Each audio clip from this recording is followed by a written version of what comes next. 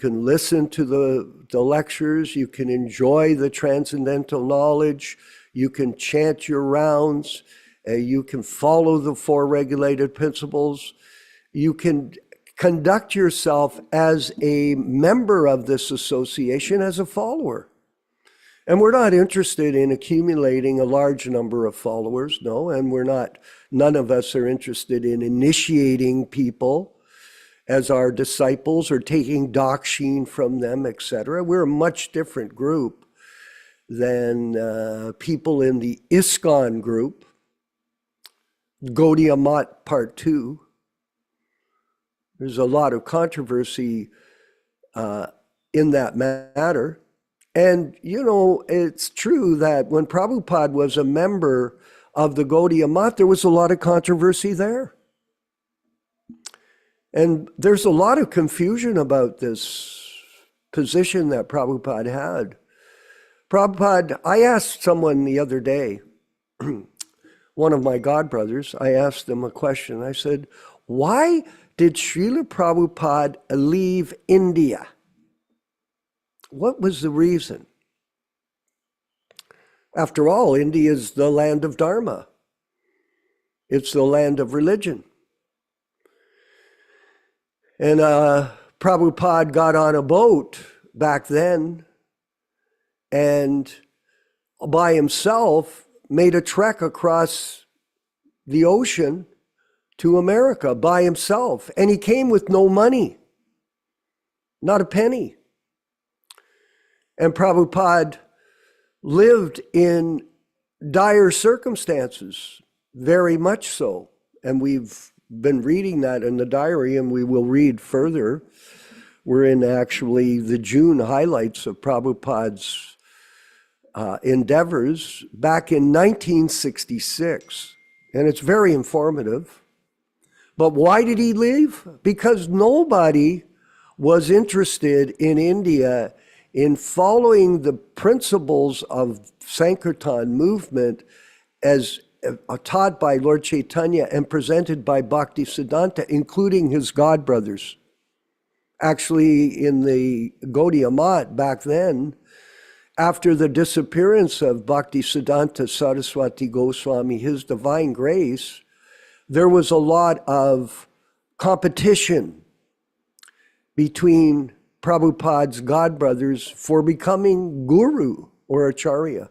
Even though Bhaktisiddhanta Saraswati Goswami, His Divine Grace, never appointed a successor acharya, still everybody was politicking to somehow or other gain access to the temples and gain access to the Vyāsa and be recognized as guru. And the same thing has gone on in ISKCON. Tragically, and you can see the hoax after Prabhupada's departure, and we were very much involved in the whole thing personally, well, both myself and Yashodanandana Prabhu, and some of our other godbrothers, not very many that attend this program, but they're still there. We were very much exposed to this corruption that the 11 so-called Acharya gurus developed a zonal guru Acharya system. And this was very bogus. And very, not only bogus, it was very disturbing to their godbrothers, to us.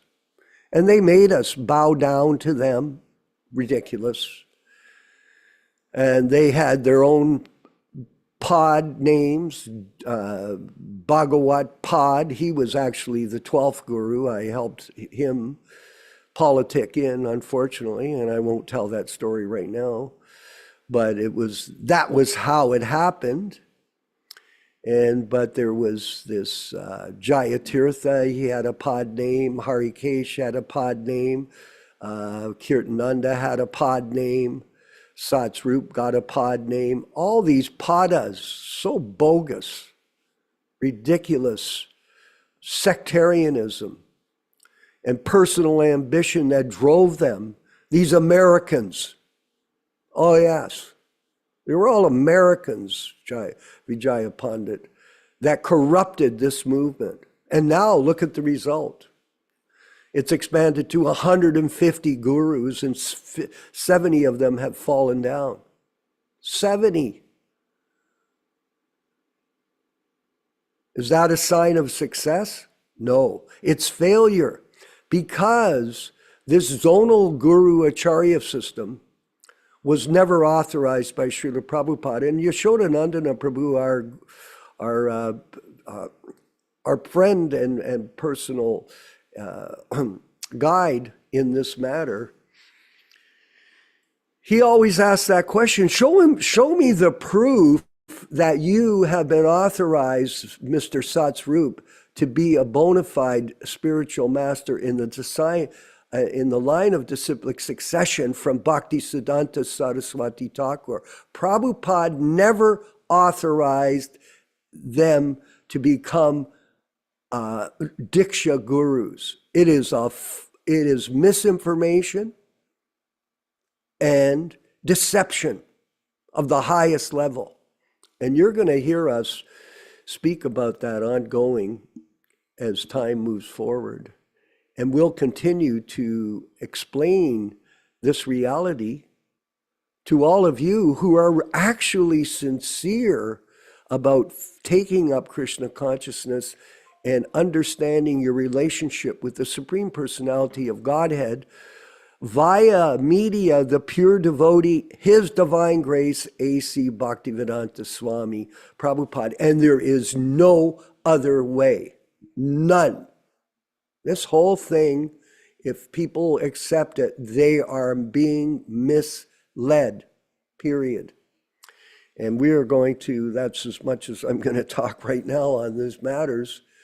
But someone would say, well, why do you bring this up? Because it is the most important principle in spiritual life, to get the shelter of a bona fide spiritual master. It is the ultimate understanding of spiritual life that we all accept in our group and share with other people as we move forward in the eternity of time. That's what it is. We're here for a short time, but we're here for a fun time in association with God brothers and God sisters. So we'll go forward with we're in the June highlights of Srila Prabhupada's there. And look at this beautiful painting of Lord Chaitanya. It's in the diary. And you can flip to the next picture. There, look at Prabhupada. There he is. And just see how beautiful he is standing with his robes. Prabhupada was always properly presenting himself as a sannyasi. You never saw Prabhupada, and very rarely you ever saw him not, especially as time went on, ever out of costume. He always was so beautifully decorated with tilak and his japa beads and his neck beads and his brahminical thread and his sannyasi clothes. Of course, we should all try to emulate Prabhupada and always look first class in our Vaishnava attire, especially at the class. Everyone should try to wear their tilak. And you can show your picture in the class program. It's more acceptable in terms of presenting a Zoom call. A Zoom, generally people in the Zoom meeting, they show themselves so that everybody can see who they are, not just the name. It's not that you have to be on all the time, but it's general etiquette to show yourself.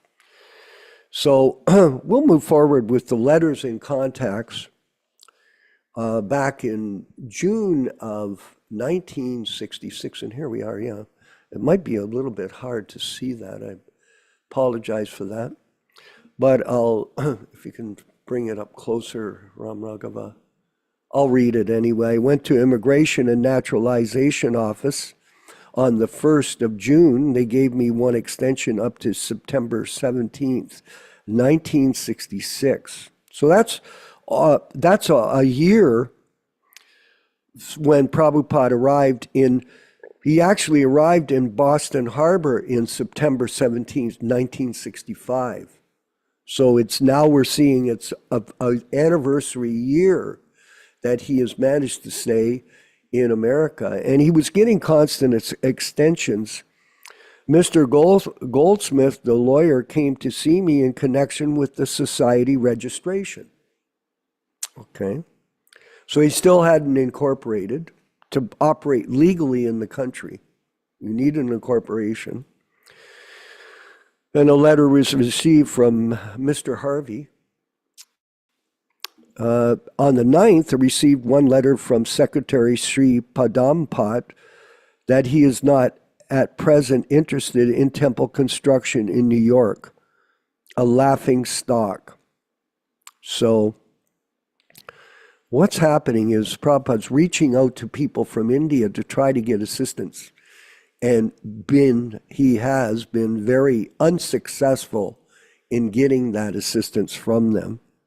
On the 10th, invited to attend an eating function on Sunday the 12th instant. On the 11th, received one letter from Mangala Ninoy and replied to it. So he was a brahmachari. He was trying to enlist and come to America to help him. On the 12th, Mr. Wonkawala letter by airmail posted.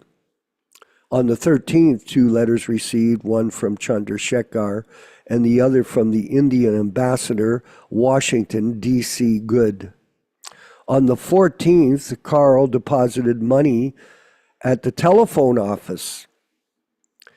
It is expected that next week, by Tuesday, there will be a telephone connection in my name. We're making progress here. That old telephone system, eh? And $40 paid by Paul for such deposit. On the 17th, Mr. Smith came to see me. His girlfriend gave me address to Professor D.E. Kirk, Leadecker, professor of philosophy at Mary Washington College of Virginia, specializing in Oriental philosophy. So he's reaching out to the intellectual so-called people in society, trying to cultivate them, thinking that they would be receptive because they were intelligent.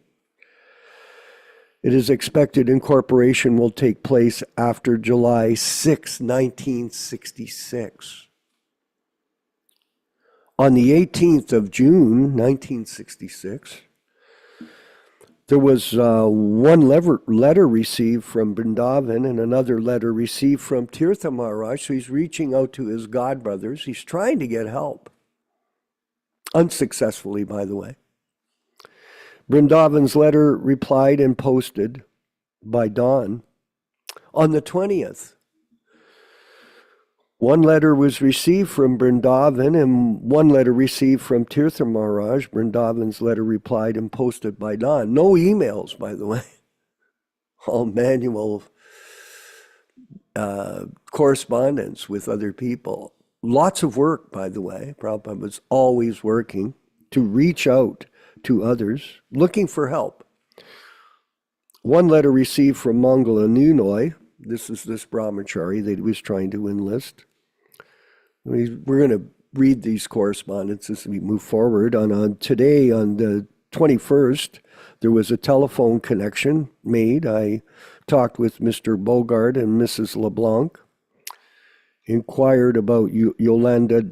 Dr. Mishra twice attempted, but no response. So he's got a phone, not a cell phone, one of those old black phones, but at least a facility to reach out. We have a lot of facility, all of us, so we have to use it as best as we can. And on the 22nd, my phone number given to the Theosophical Lodge and they will inform after consulting Madame Wadia.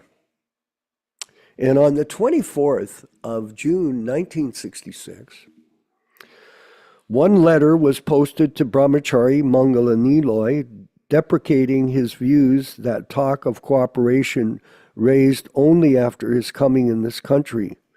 In the morning, I saw Mike's loft. So that's a common thing, especially nowadays, where a lot of people are trying to get out of India, so they affiliate with the ISKCON group. And in this way, they come over to America, and then after 6 months or 8 months, they bloop and take up a work in the society and use ISKCON as a leverage to extricate themselves out of India. So that's been going on since 1966. So there we go. That's the letters and contacts. A lot of demonstration of activity by Srila Prabhupada.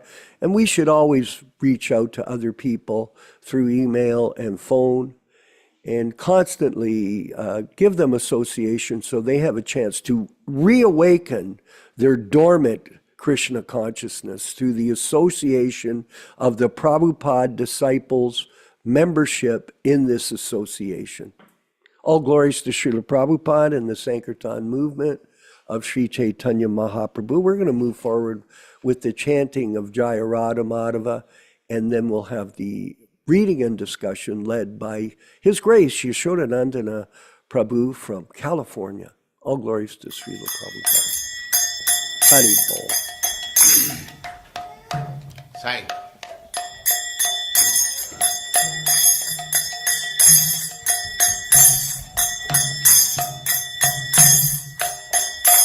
Jaya Radha Madhava Punya Bihari. Jaya Radha Madhava Punya Bihari. Jaya Radha Madhava Punya Bihari. Jaya Radha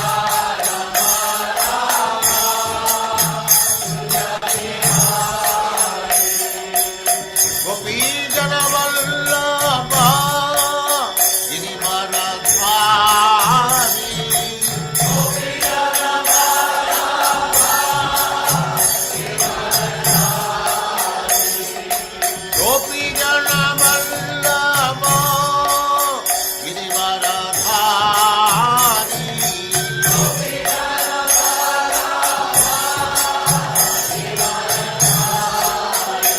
Jaya Radha Madhava Punya Bihari.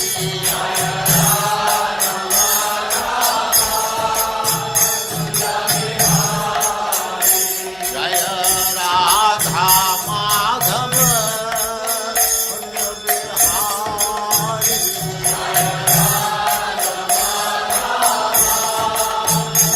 Jaya Gopi Jana Vallabha Girivaradhari. Gopi Jana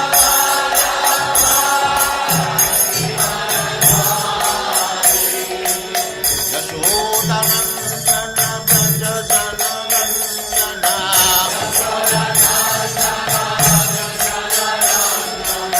Yashodanandana Braja Jana Nandana. Jamuna Tira Vanachari.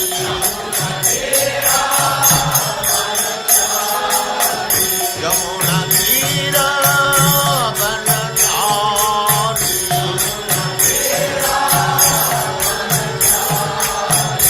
Jaya Radha Madhava Punya Bihari.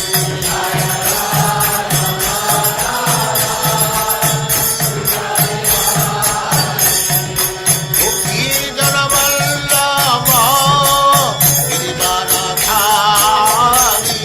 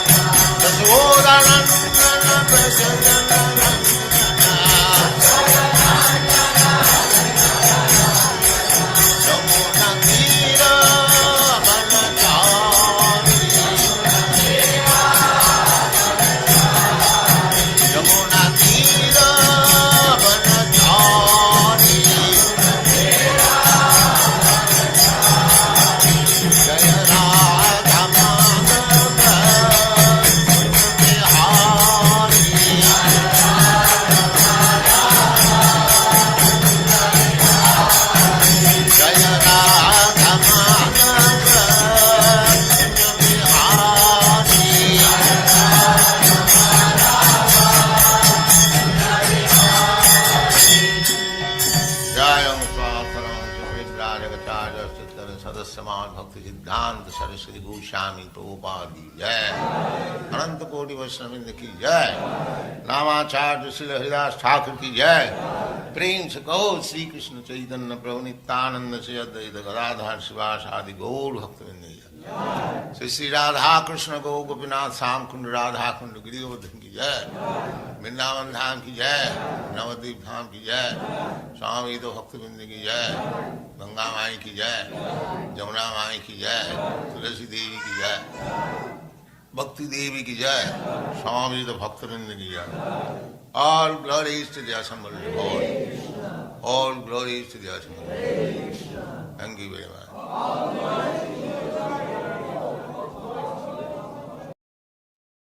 Om Namo Bhagavate Vasudevaya. Om Namo Bhagavate Vasudevaya. Om Namo Bhagavate Vasudevaya. O my Lord Sri Krishna, the son of Vasudeva, the all-pervading personality of Godhead, I offer my respectful obeisances unto you from Srimad Bhagavatam 1:1:1. Narayanam namaskritya. Narayanam namaskritya. Naram chaiva narottamam. Naram chaiva narottamam. Devim Saraswatim Vyāsam. Devim Saraswatim Vyāsam Tato Jayam Mudirayat. Tato Jayam Mudirayat. One should utter the means of conquest, Srimad Bhagavatam, after offering respectful obeisances, 1. To the personality of Godhead Narayana, 2. To the Narayana Rishi, who is the supermost human being, 3. To the Mother Saraswati, the goddess of learning, then 4. To Srila Vyasadeva, the author, from Srimad Bhagavatam 1:2-4. Welcome everyone to this reading and discussion on Srimad Bhagavatam, the most important Vedic literature as confirmed by Sri Chaitanya Mahaprabhu himself. As we do every week, we will recite a few selected verses from the Srimad Bhagavatam itself, explaining the meaning and the benefit of hearing and reciting this powerful transcendental literature. Yadandhyanusina yuktaha karma granti nibandanam chindanti kovidastasya kona kuryat kataratim. Intelligent persons do cut off the internet of the knot of reactionary work by remembrance of the personality of Godhead. Therefore, who will not give attention to this message, to his message? Shushrushoho sradadhanasya Vasudeva kataruchihi syanmahat sevaya vipraha punyatirtha nishevanat. O the twice-born sages, by serving those devotees who are completely freed from all ranges of vice, a standard of great service is done. And as the result of such great service, affinity in the messages of Vasudeva is made possible. Srinvatam svakataha Krishnaham punyasravana kirtanaham hridyantastoya badrani vidhunoti suritsatam. Sri Krishna, the personality of Godhead, who is also the Paramatma in everyone's heart and the benefactor of the truthful devotee, does cleanse the desire for material enjoyment in the heart of the devotee who has developed the urge for hearing his, Krishna's messages, which are themselves virtuous when properly heard and chanted. Nashtaprayeshu babhadreshu nityam bhagavata sevaya bhagavatyuttama shloke bhaktir bhavati naishtiki. By regular attendance in the Bhagavatam class or rendering service unto the pure devotees, all that is inauspicious in the heart of a candidate becomes destroyed almost to nil, and thus loving service unto the personality of Godhead, who is praised with transcendental songs, comes into being as irrevocable fact. Tadarajastamo bhava kamalobhadayaschaye chitaye terana viddam stitam sattve prasidati. As soon as irrevocable loving service is fixed up in one's heart, at that time the effects of the nature's mode of passion and ignorance, such as lust, desire, and hankerings, etc., do disappear from one's heart, and he becomes fixed up in the mode of goodness, which makes him completely happy. Evam prasanna manaso bhagavad bhakti yogataha bhagavad tattva vijnanam mukta sangasya jayate. Thus, when one is positively fixed up in a mode of unalloyed goodness, the enlivened-minded man affected by contact of devotional service of the Lord can positively know scientific knowledge of the personality of Godhead in the stage of liberation from all material association. We will proceed with our reading of the selected verse today. We are reading from Srimad Bhagavatam, Canto 1, Chapter 6. I believe we're on text number 3 or 4.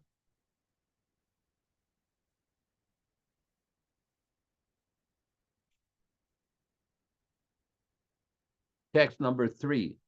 All English synonyms, translation, and purport by His Divine Grace, A.C. Bhaktivedanta Swami Prabhupada, founder Acharya of the International Society for Krishna Consciousness, also known as the Krishna Consciousness Movement. Swayam bhuva kaya vritya vartitam te param vayaha katavedam buddhasrakshi kale prapti kale varam. Swayam bhuva, the son of Brahma. Kaya, under what condition?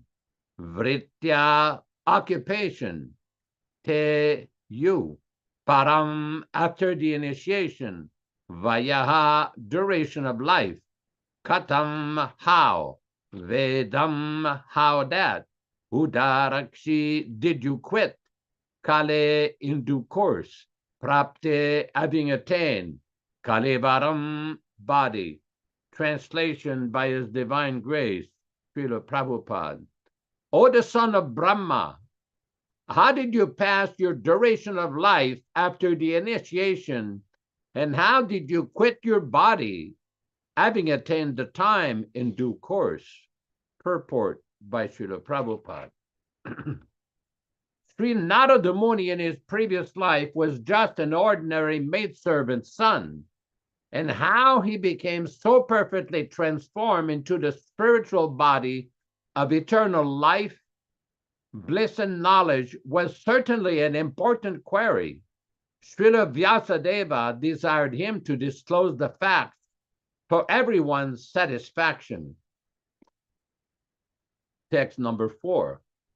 Prakalpa vishayametam smritim te munisattama nahi esha vyadadkala esha saravadnirakriti. Prak, prior.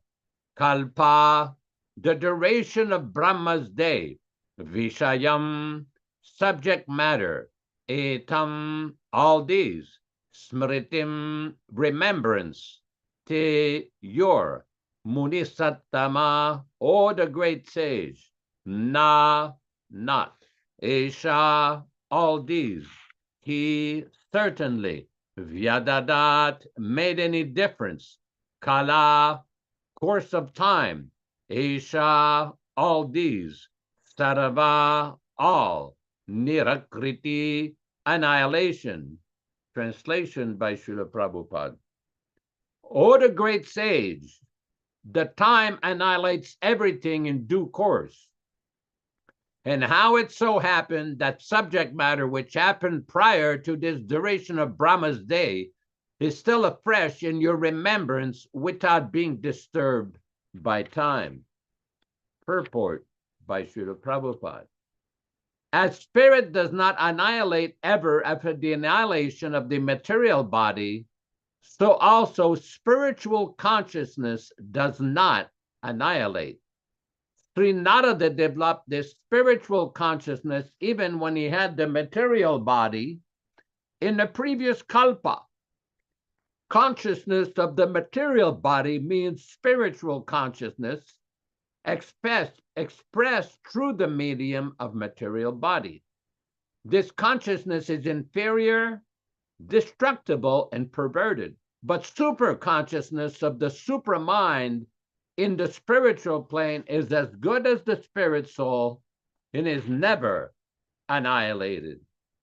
Om Jnanatimirandasya Jnananjana Shalakaya Chakshuranmilitam Yena Tasme Surave Namaha Namo Vishnu Padaya Krishna Prestaya Bhutale Srimate Bhaktivedanta Swaminiti Namine Namaste Saraswate Deve Gauravani Pracharine Nirvishesha Shunyavadi Paschatya Deshatarine Bhakti Siddhanta Shishyaya Bhaktivedanta Namine Prasannaya Prashantaya Tasme Shigurave Namaha Bhagavad Vandanam Khadyam Guru Vandana Purvakam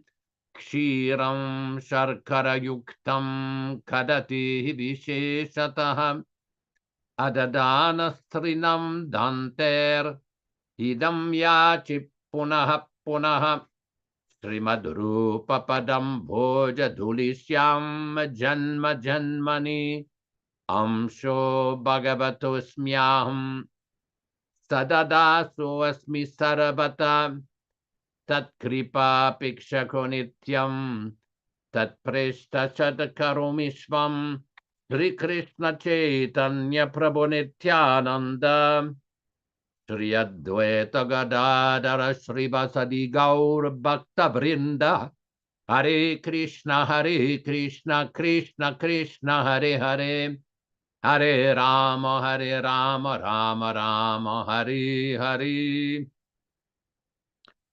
There's some very important points that Prabhupada raises in each and every one of his purports. Srila Prabhupada once told a story how his Guru Maharaj, his divine grace, Srila Bhaktisiddhanta Saraswati Thakur Prabhupada, had gone to Dhaka in Bangladesh and was giving a lecture on the first verse of the Srimad Bhagavatam in the first canto, first chapter, text 1. And he spoke for 3 months on one verse every single day. And Prabhupada explained that the Srimad Bhagavatam is so complete and so full of knowledge that even if you spend every single day of your life studying one verse of Srimad Bhagavatam, you will get constant newer meanings every single day. Now, this is very important because here in this inquiry, Vyāsa wants to know from Nārada Muni, how did you attain this spiritual perfection? How did you quit your body having attained the time in due course? How did you pass your duration of life after the initiation? And how did you quit your body having attained the time in due course? Because as we know from the description in the Srimad Bhagavatam, that he was just a servant of a humble maidservant. And he met those great saints, the Bhaktivedantas, the sadhus, associated with them, got initiated by them. Interestingly, last week we discussed how a singular person was initiated by several persons. A very interesting point. But here we see that Vyāsadeva wants to know what are the facts. So in the next verse, text number 4, there's a very important point. O the great sage, the time analyzes everything in due course, and how it so happened that subject matter which happened prior to this duration of Brahma's day is still afresh in your remembrance without being disturbed by time. And Prabhupada explains a very important point in the purport. Consciousness of the material body means spiritual consciousness expressed through the medium of material body. This consciousness is inferior, destructible, and perverted, but super consciousness of the supramind in the spiritual plane is as good as the spirit soul and is neither annihilated. So what Prabhupada is very explaining here very nicely is that the spiritual attainment of spiritual development is superior to the material body and material consciousness. Just recently, a good friend had a very unsettling bodily issue, a heart attack. But somewhere or other, by Krishna's mercy and by Srila Prabhupada's mercy and Lord Chaitanya's mercy, he was able to survive. And then somewhere or other, he did not hesitate. He did not waste time. Somewhere or other, he reverted back to the message of Srimad Bhagavatam, to the spiritual practices, and taken it even more seriously than before. Why? Because he was fortunate. Prabhupada kindly bestowed his mercy upon that person. But this can happen to anyone, any given time. It's not that just this person had this problem, everybody should think, oh, it's not going to happen to me. No, it can happen to any one of you. Just last week, I went to a doctor which prescribed eyeglasses.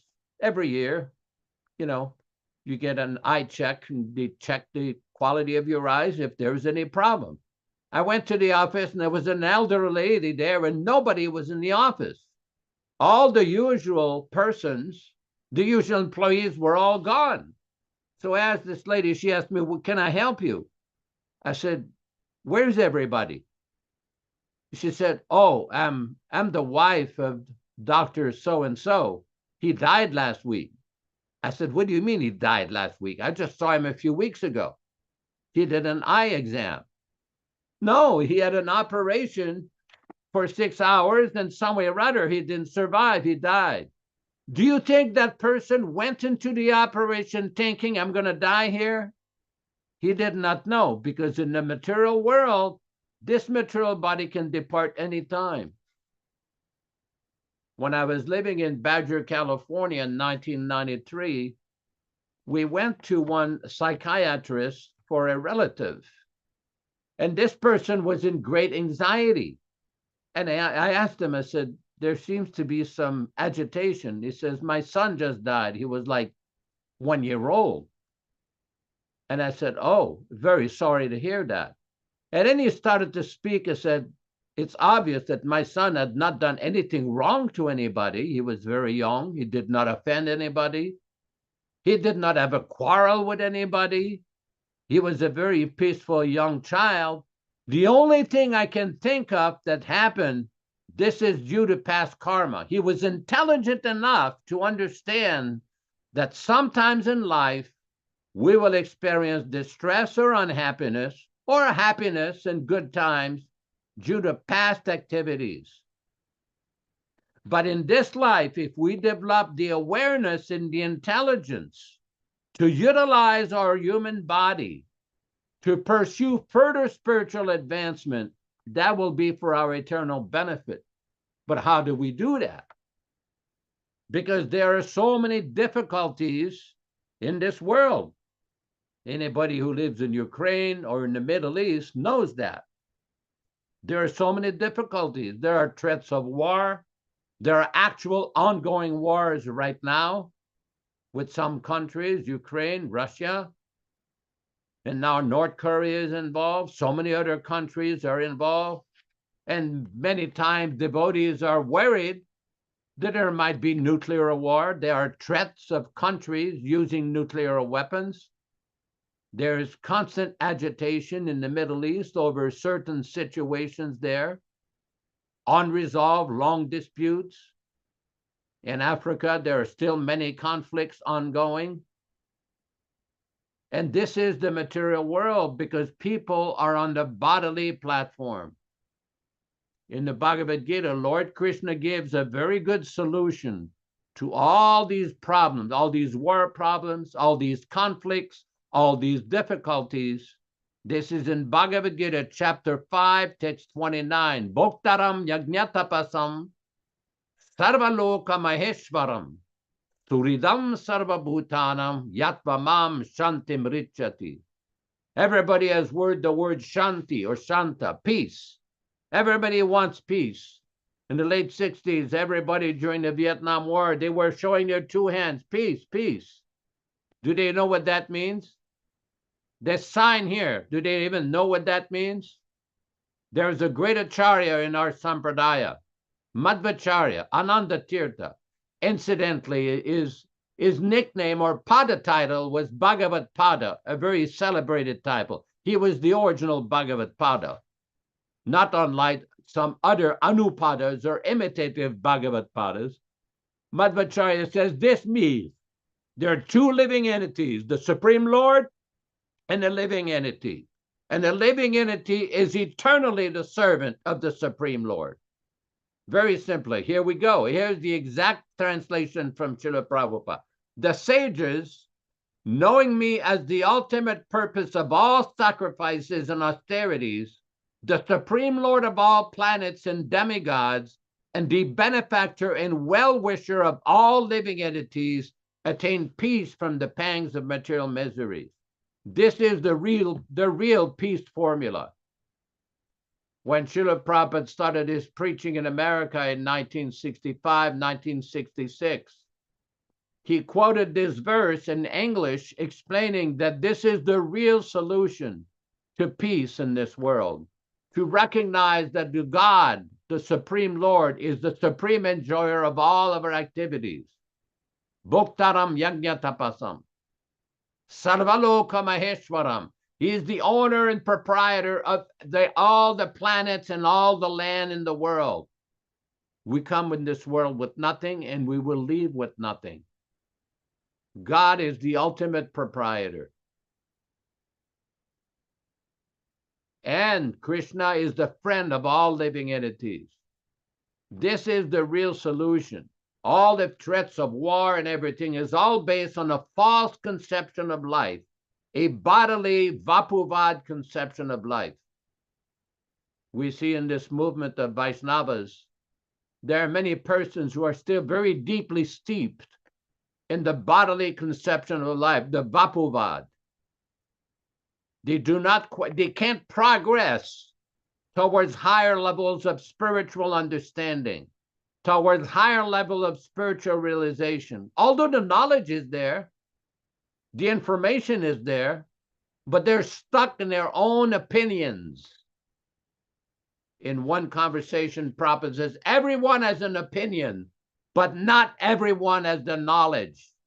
This is why we take knowledge from the Acharya, not from impersonalists, not from Mayavadis, not from persons who are misled by this temporary material body, by materialistic conception of life.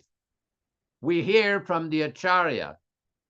Acharya upasanam socham. In the Bhagavad Gita, there is a description that one should accept and worship the Acharya, the authorized, bona fide, liberated spiritual guide, spiritual preceptor, guru.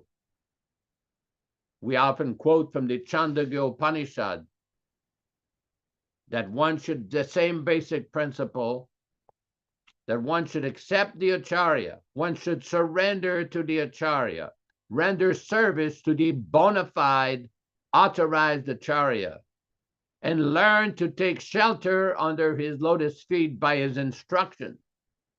Now, what we have nowadays, unfortunately, is many persons under the Vapuvad conception who think, oh, I saw the acharya, I met with the acharya, I spent time with the acharya, I got letters from the acharya, I went on morning walks with the acharya. They think that they had so much physical association with the acharya. But when it comes to properly understanding the real message and instruction and orders of the acharya, they make so many mistakes. Why? Why? If they've got so much mercy from the acharya, why did they deviate so much?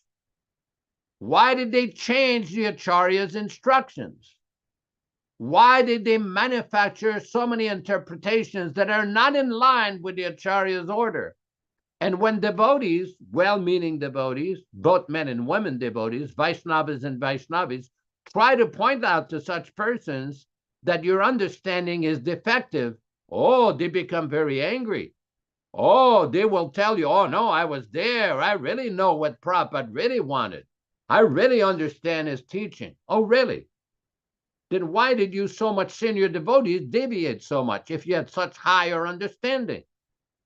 But yet we see, like this devotee who had this heart attack, that takes spiritual life more seriously than so many of these devotees, although some of these devotees never physically met Prabhupada, never went on morning walks with Prabhupada, never received personal letters from Prabhupada, but yet they have more faith, more respect, more connection with Srila Prabhupada. And this has nothing to do with a man's body or a woman's body. But people are very quick to rush to judgment.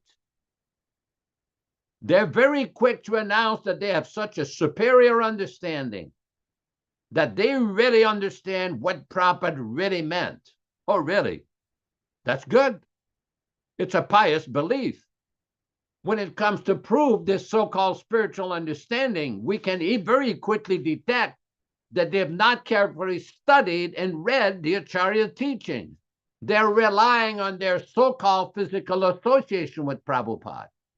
But when they open their mouths and we start asking them so many questions, then we can see that there are major problems. Why?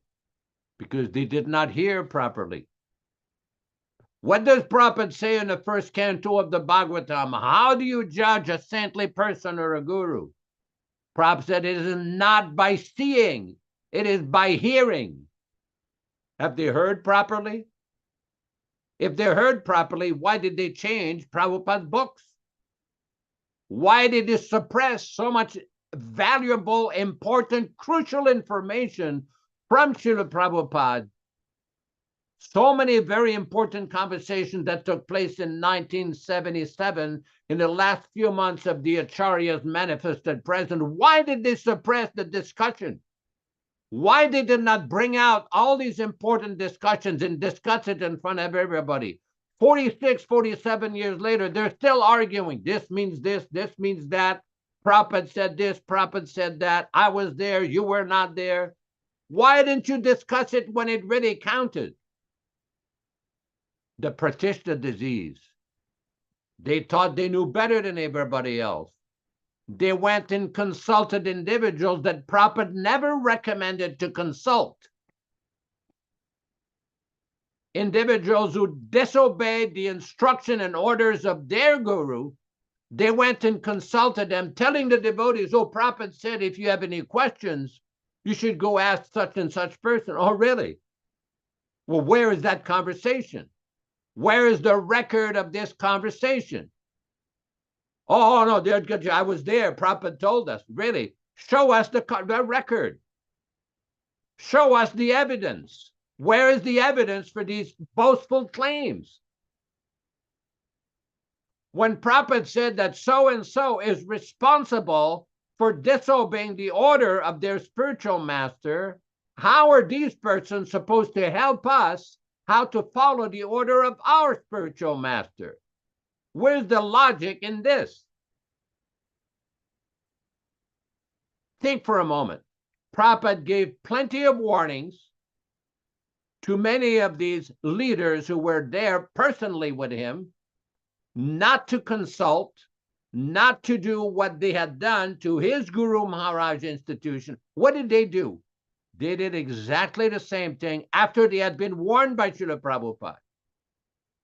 Prabhupada told them on October 18, this initiation, is it clear? They said, oh yeah, it's very clear, Prabhupada. But yet, a few months later, the very same persons who told Srila Prabhupada everything is very clear went out to get clarification from somebody that Prabhupada said disobeyed the Acharya's instruction.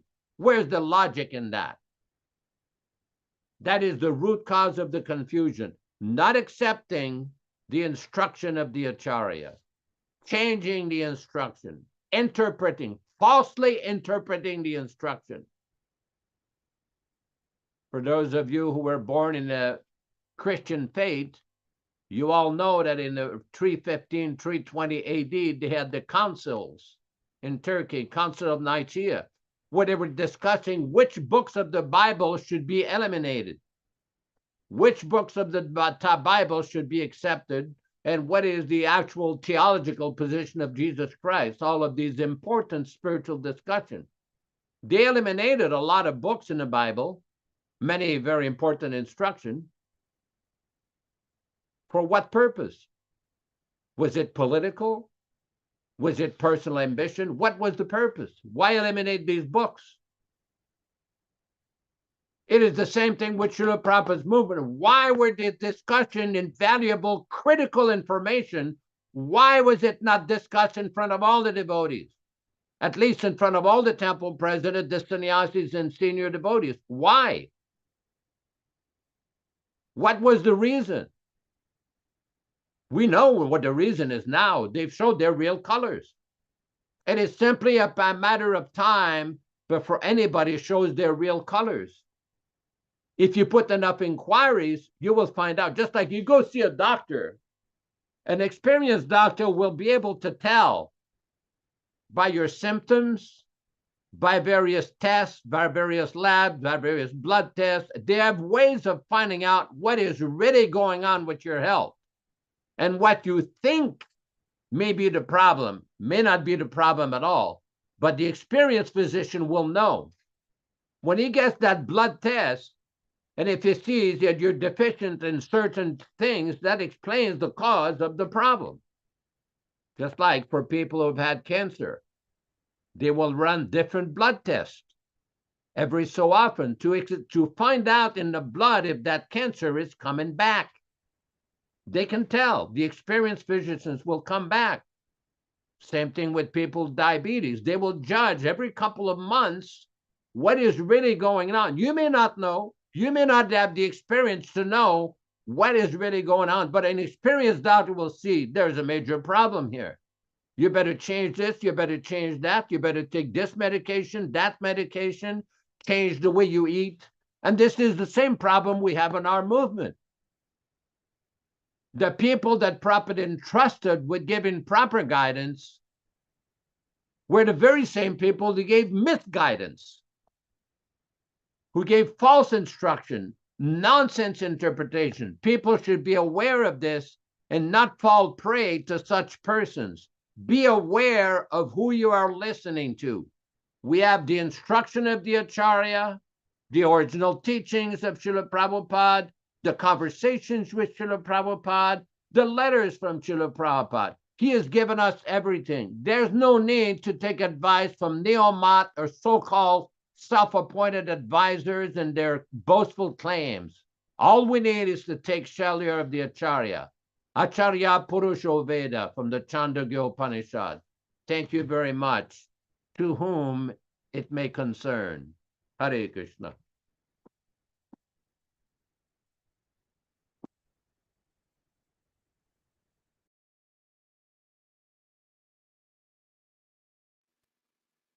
Hare Krishna, or glories to Srila Prabhupada. Thank you for that amazing explanation of our verses today.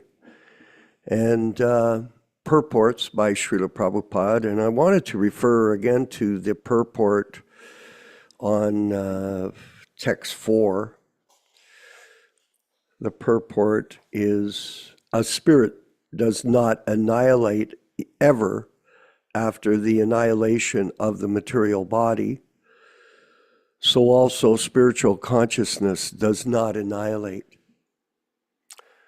Sri Nārada developed this spiritual consciousness even when he had the material body in the previous kalpa. Consciousness of the material body means spiritual consciousness expressed through the medium of the material body. This consciousness is inferior, destructible, and perverted, but superconsciousness of the supermind in the spiritual plane is as good as the spirit soul and is never annihilated. So the spirit soul is Sat Chit Ananda, eternal, full of knowledge and full of bliss. But the material situation of the spirit soul in the material body is Asat, Achit, Nirananda. And it is full of ignorance, it is temporary, and it is filled with misery. So this is the situation of all of us in this material world, that we are in the prison house of material existence. Yes, we are. And basically, people are contaminated by material desire, material purpose, material ambition. And this material consciousness is all pervading in this human society. And Prabhupada was asked this question in Australia. I was listening to the lecture this morning. And he said, the question was, how long does it take to become Krishna conscious? What's the duration of time? And Prabhupada's answer was, you've not read the Bhagavad Gita? You don't know? And he gave the answer, it can happen in 1 second. You can move from a state of confusion, delusion, and maya into a state of enlightenment if you simply accept the instructions of the spiritual master, who is the transparent via media for Krishna.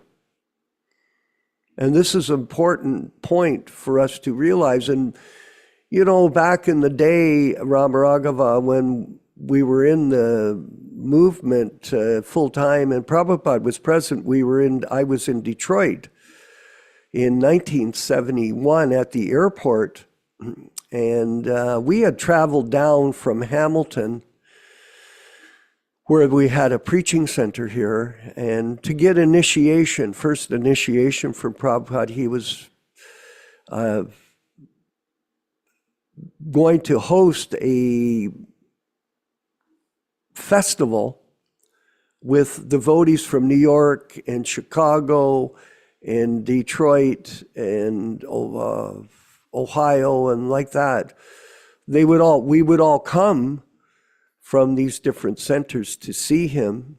And when he came in the airport, he was sitting on a Vyāsa. It was a great celebration for all of us. The people in the airport were very confused. What the heck happened here? Who are these people? We look like people from another planet, you know, dressed in dhotis and shaved heads and tilak and sikas. That was not something that was normal back then, for sure. And But nonetheless, we were in the airport, and Prabhupada was sitting on the Vyāsa, and he drank from a cup of water, and he poured it down. He didn't touch his lips. And I was looking at Srila Prabhupada, and I realized this was a representative. He was a representative of Krishna, and he was the transparent via media. Now that's a significant thing. That he had completely surrendered himself, everything, and we're reading about it in the histories of the diaries, how Prabhupada acted as a person in Krishna consciousness. Much different than us fallen souls who are not like him, but he is the actual transparent via media of Krishna, and Krishna speaks through the spiritual master. His actual words, they're coming directly from the spiritual sky. Through the medium, consciousness of the material body means spiritual consciousness expressed. It's expressed through the medium of the material body.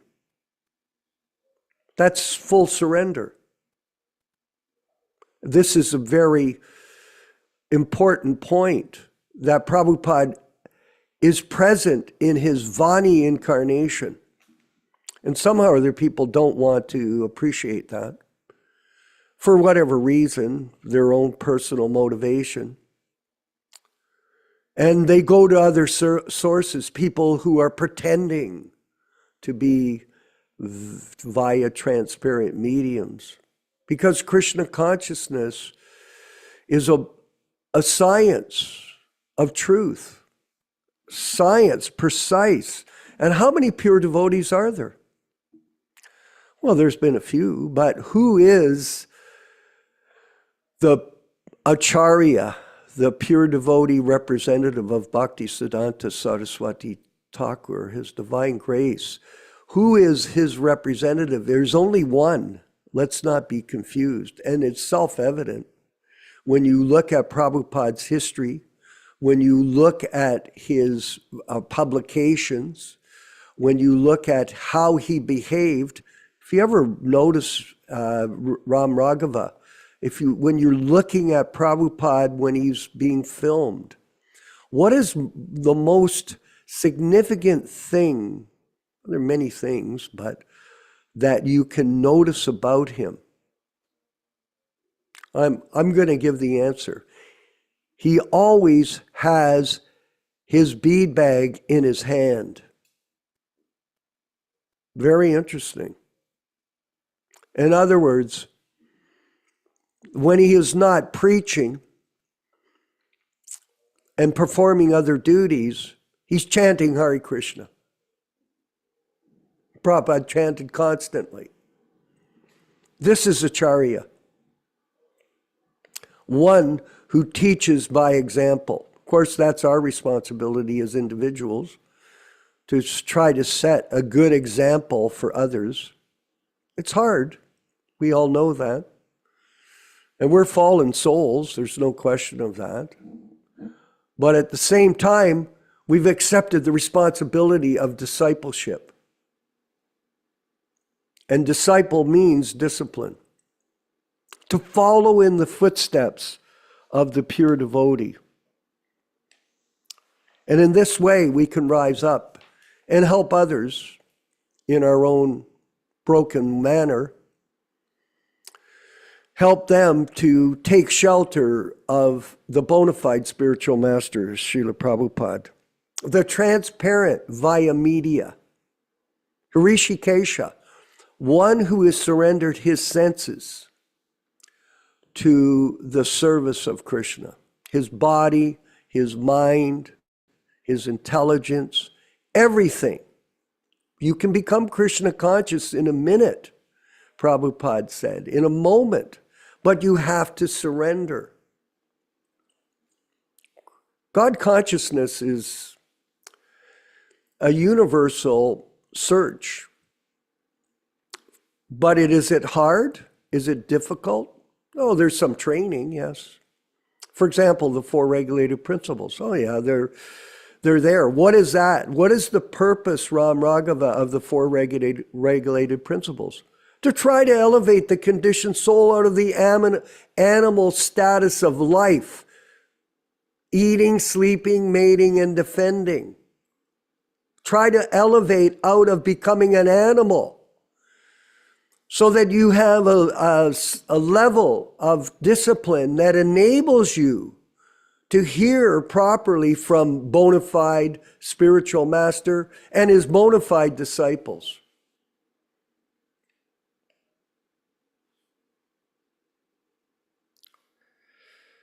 You can become Krishna conscious in a moment, but you have to accept. And that is not easy. The problem is, a lot of people don't have the capacity. They don't. It's not in them. They've either not accepted it in the beginning, or they don't accept it in the end, and they don't cultivate the process in order to become qualified to hear. And that's the situation. Why is it? Like some people say, oh, we're all equal. We're all equal spiritually, but we're not all the same. Not everybody has the same amount. Not everybody is equal because it is dependent on your individual capacity to surrender. If you don't surrender, you won't make advancement, and you can't make it up. You can't pretend that you are this or that. There's no pretending here. For example, if you don't chant your rounds, you're not going to make advancement. Well, someone said, well, what do you mean? Well, Prabhupada ordered it. You have to chant your 16 rounds. It's not an option. And how do you have to chant Ram Raghava? Without offense. There's a qualification with it. It's not you just chant jibber jabber, dive bomb or japa. Like some people, Rama Ramo. It's not like that. There is certain rules that you have to follow in order to make advancement. And that is common in all disciplines, by the way. As you know, it doesn't matter what discipline you're in. Look, how can you become a doctor? In yourself a doctor engineer, you had to do it by discipline. It wasn't an option. You go to if you don't discipline yourself, you go to the exam and you don't know the answers to the questions, are you going to get your degree? No. Well, do you think that Krishna consciousness, Prabhus, do we think that Krishna consciousness is an automatic gateway into transcendental life? It isn't. There is rules and regulations. And people should follow them and know them.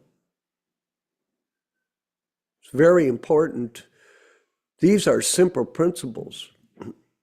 But spiritual life is simple for the simple, difficult for the crooked.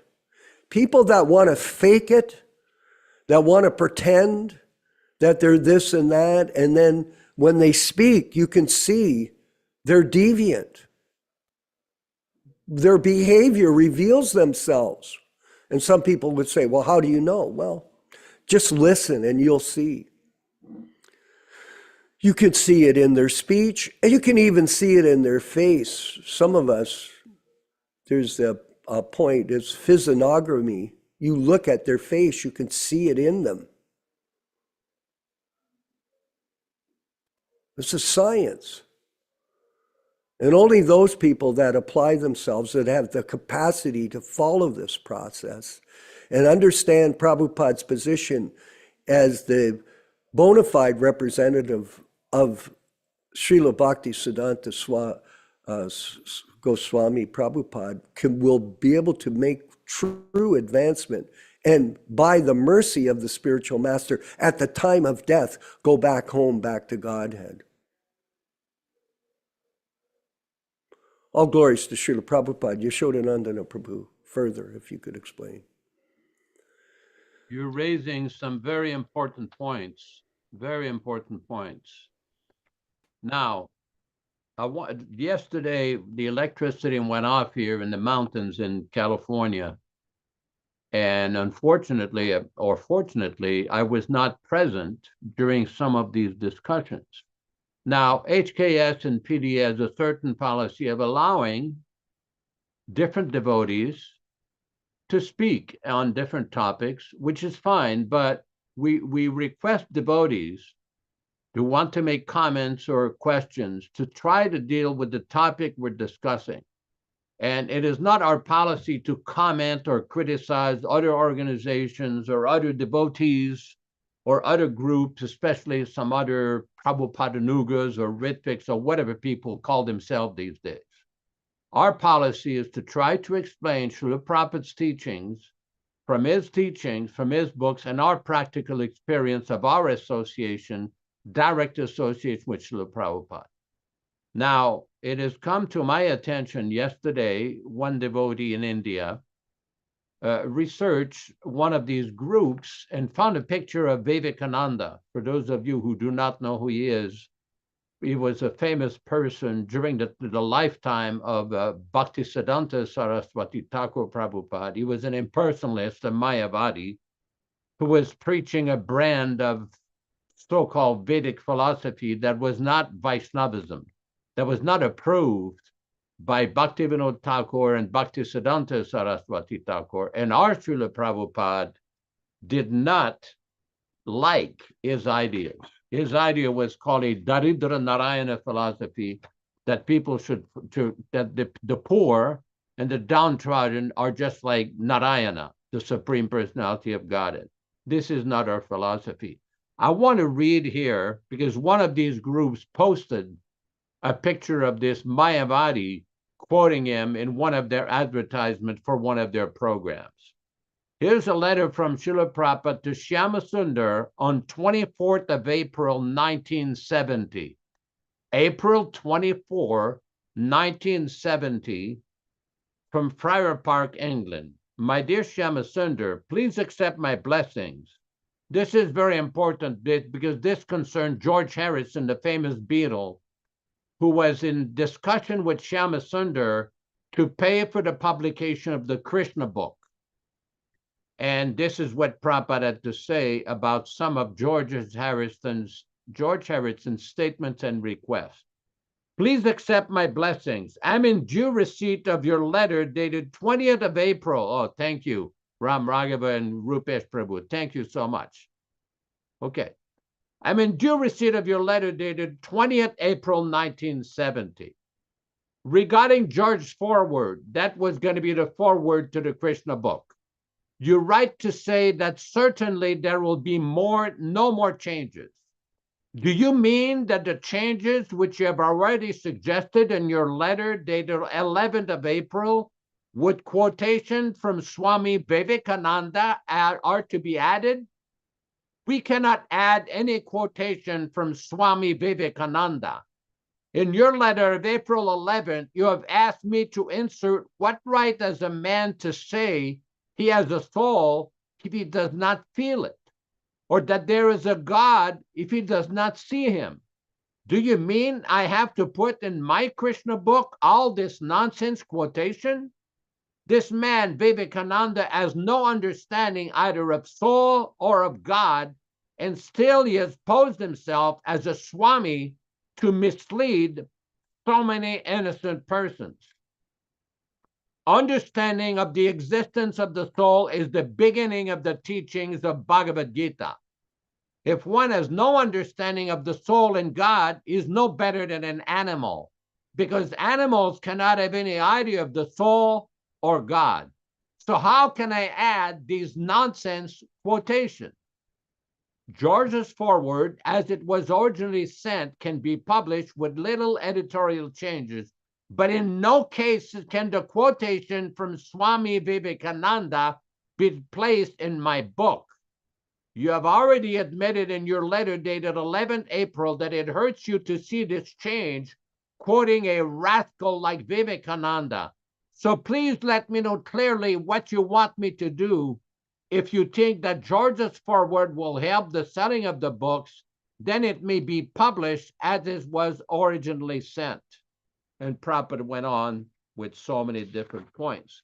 The point I'm trying to make here, that this person yesterday came into the program promoting a certain group in South India, which directly quotes this nonsense Mayavadi and impersonalists for promotion of their program. This is not acceptable according to Srila Prabhupada's instruction.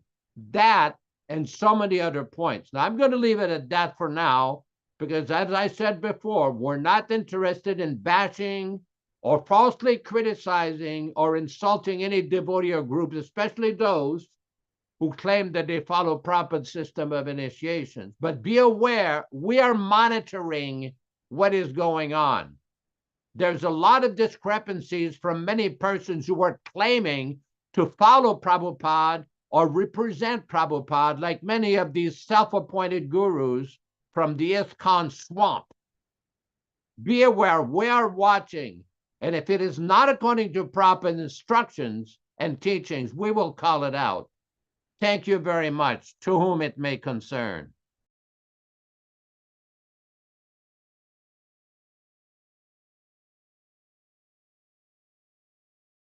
Could you please put my volume on? Thank you. Just keep my mic open so I can flow the conversation with our group. Yes, a very important point, Prabhu, about Vivekananda, and any group that's promoting this principle for whatever reason, political or from an influence of the government, this has to be brought out into the public so that we have a clear understanding of Prabhupada's position in terms of supporting Mayavadi philosophers. He never did. And this is serious. And we do not support that in any way, shape, or form. We're going to move forward with Dharma Bhavana in Dallas, Texas. Dharma Bhavana was recently in India and a regular attendee at our programs, and we're looking for his insights today on today's program and discussion. Oh, thank you, Hare Krishna. Beautiful class today. A lot of times we have questions about other people who are in the spiritual realm, but not trained, properly qualified Vaishnavas. And usually in the material world, if someone wants to be famous, they generally have to show themselves as owning property or having so much wealth. So somebody may question, why is this so important for the people in the spiritual realm to have what we call pratishtha or fame? And sometimes even people go to great lengths to cover up their shortcomings or fall downs. Mm-hmm. And it may be hard to understand for some new person. I just wanted to read from Chaitanya Charitamrita, Madhya Lila, chapter 4, text 147. Madhya chapter 4, text 147. It gives a little bit of kind of a Vaishnava transcendental understanding of what reputation is supposed to be like. Text 147. Being afraid of his reputation, pratishtha, Madhavendra fled from Ramuna, but the reputation brought by love of Godhead is so sublime that it goes along with the devotee as if following him. That purport. Almost all the conditioned souls within the material world are envious. Jealous people generally turn against one who automatically attains some reputation. This is natural for jealous people. Consequently, when a devotee is fit to receive worldly reputation, he is envied by many people. This is quite natural. When a person out of humility does not desire fame, people generally think him quite humble and consequently give him all kinds of fame. Actually, a Vaishnava does not hanker any fame or a great reputation.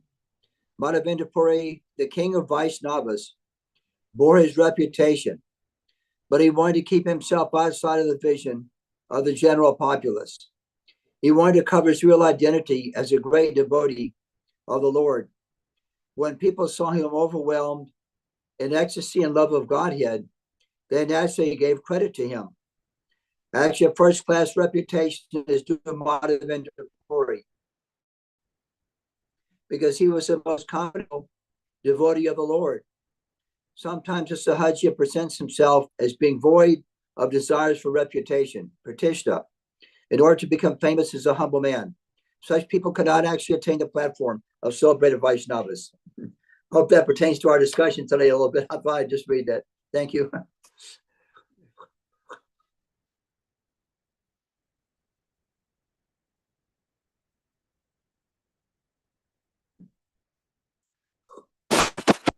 Please unmute me. Please unmute me. You can go ahead. Thank you. Yes, it's actually, that's a very good point. And the fact of the matter is that it is apparent that amongst some of our God brothers who are in this position of guru do imitate the role of guru and have large numbers of disciples for personal motive and adoration. And they project themselves as humble servants. The most dramatic is in the case, and really I'd love to speak to him. I knew him, Rodnath, in New Vrindavan. I used to travel to New Vrindavan on a frequent basis. And nowadays he's become a prominent guru in the ISKCON group. But he projects himself in such a way that he is this humble servant. But I'd like to discuss with him how he took this role of initiating guru when he was involved in the conspiracy to kill Sulochan. It's a very tragic thing that happened in the past. And I wanted to get Tim Lee, he's speaking, put a comment up on the chat about the new film that's out, Monkey on a Stick. I have that book actually, and it's what it is. It was written by some American writers, so it's not very authentic. It's not very detailed, and he had some comment on it. Maybe he could discuss it briefly with us on today's program. Paranjana. Hey, Haribo. Glories to Prabhupada. Jai Gosh Prabhupada. First of all, I just want to say I've been reading The Teachings of Queen Kunti. It's one of my favorite books. And it's very interesting how it's very similar history that they had, that we have. Their family members were trying to get rid of them and take their wealth, take their position, and take their lives even, so this was a family fight. So ISKCON is like a family, but some of the members of the family are, fighting against us, and they would eliminate us if they could. I mean, that's how serious it is. So Kunti went through this whole experience of the family members, fighting against them.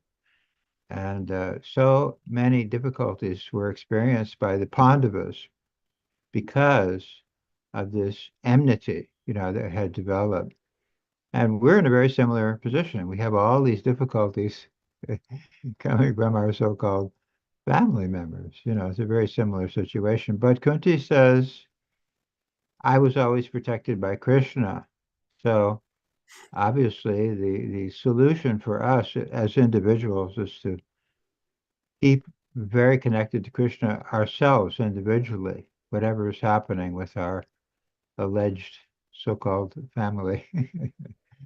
But anyway, the movie Monkey on a Stick, I had a lot of time working with the people involved with it, and they said they were going to use a lot of my stuff, and they did, but they just used little sound bites here and there and everywhere. I'm saying one sentence here and one sentence, but they don't connect the dots together. For example, what was the main motive for getting rid of Sulochan? They don't touch that. They don't explain that. So it just looks like a lot of chaos is going on. For what reason? And Sulochana was taken out because he had come out with the letters of Prabhupada.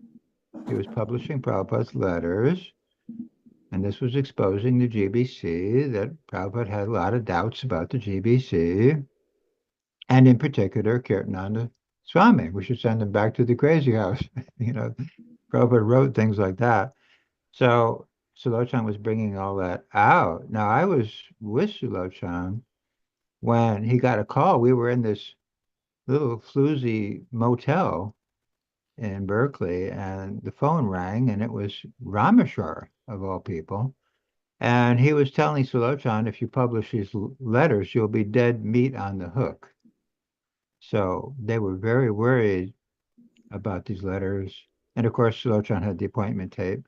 So the real reason Sulochana was taken out is that he was exposing the whole plot to make these false gurus.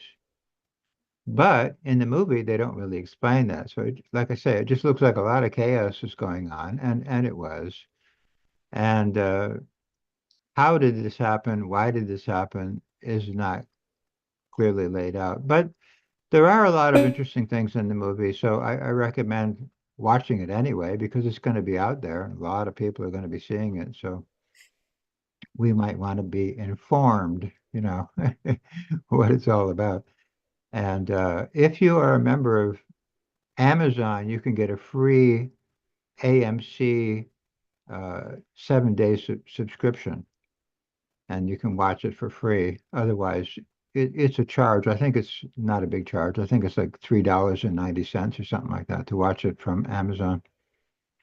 So we'll see what happens, and I'm sure a lot of ISKCON people are going to watch it, and our people are going to watch it, and there'll be a lot of, let's say, fallout from that, later on. We'll see how it goes. But I mean, overall, it's kind of good because at least it does explain that there were dissenters. There were people who were not happy with the situation. There were people trying to rectify the situation, and they were suppressed, and sometimes suppressed violently. So that's basically it. Haribol. Yeah, well, these things are going on in the history of the society, and its delinquent members is being revealed on an ongoing basis. But, really our focus, everyone, is on promoting Prabhupada's position as the bona fide Acharya, spiritual master in the disciplic succession, and the protection of his legacy in his books, in his letters, and his instructions on various levels of Krishna consciousness. So we want to thank everyone for being a part of this assembly of devotees in the Zoom classes and your participation on a weekly basis. And please go to our Hare Krishna Society YouTube page and subscribe, and also recommend other people to also subscribe to the channel. A lot of people ask us questions. I tell them, just go to the channel. It pretty much explains where we're at in the channel and the programs that we're conducting. We have over 1,000 hours of broadcast time that we've created for the benefit of others. So please have people go to the channel and subscribe. If you want to donate for book distribution, for printing, Vijaya Pandit has a program in Italy for the printing of the Easy Journey to Other Planets and the Sri Upanishads. So they're translating them into Italian. So you can also do that. We also have other programs. In Mexico, we have Krishna Kishore. He's doing a wonderful job there in presenting the original books in Spanish. So the Hare Krishna Society is a registered charity in America, and it's been in operation from 2002. We don't have any salaried members, and we don't charge any fees for travel or other expenses in the operation of the society. It's exclusively money for book publication. And I wanted to mention that we are moving ahead with the printing of the Bhagavatams, the Delhi Bhagavatams. So we're quite excited about that, and we'll give you further information when the date is finalized, when we'll receive the books, but they're in the process of being printed now. And then distribution, which is also very important. It's one thing is to have books, and another thing is to distribute them to sincere people that are very serious about spiritual life, and they want to understand it without any change or adulteration from other people who are involved in the business of the guru. So this is going on, and we hope that you enjoyed today's discussion. And we'll be back on Thursday evening for Chaitanya Charitamrita reading and discussion. And we're reading all three books, Chaitanya Charitamrita, Srimad Bhagavatam, and Bhagavad Gita every week. And inserting, yes, thank you, inserting different sections from the diaries and Nectar of Devotion in our discussions. So we try to keep it lively and interesting for everybody. And again, like I said, please try to recruit new people to become Prabhupada disciples or followers in your weekly sadhana program of practicing Krishna consciousness and preaching to others, whoever you meet. All glories to Srila Prabhupada and the Sankirtan movement. And we're going to move forward with the chanting of Hare Krishna. It's a kirtan led by Srila Prabhupada. It's 2.5 minutes long. So please stay on and chant along with Srila Prabhupada, and then we'll wind up the program with the offering of obeisances. All glories to Srila Prabhupada. Hare Krishna, Krishna Krishna, Hare Hare, Hare Rama, Hare Rama, Rama Rama, Hare Hare. Hare Krishna,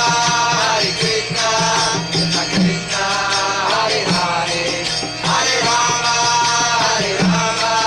Rama Rama, Hare Hare. Hare Krishna, Krishna Krishna, Hare Hare, Hare Rama, Hare Rama.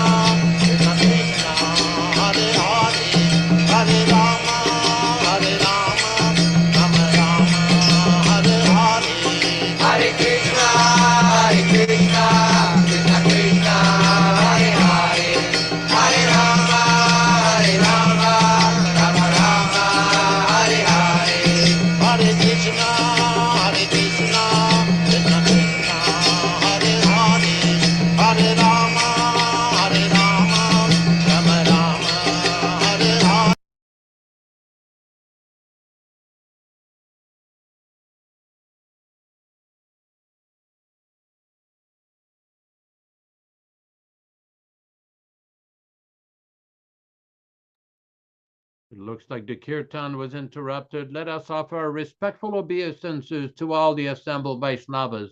Vanchakalpa tarubhyascha kripa sindubhya evacha patitanam pavanebhyo Vaishnavibhyo namo namaha.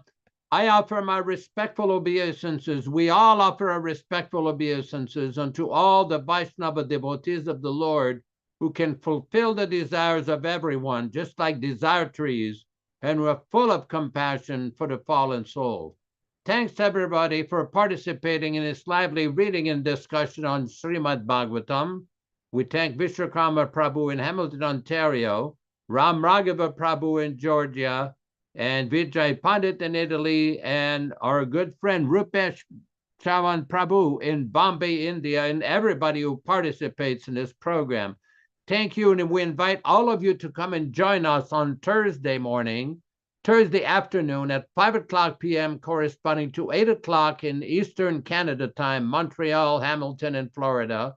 And we invite all of you to come and participate again in the activities of the HKS PDA program. Hare Krishna, all glories to Srila Prabhupada. Hare Krishna.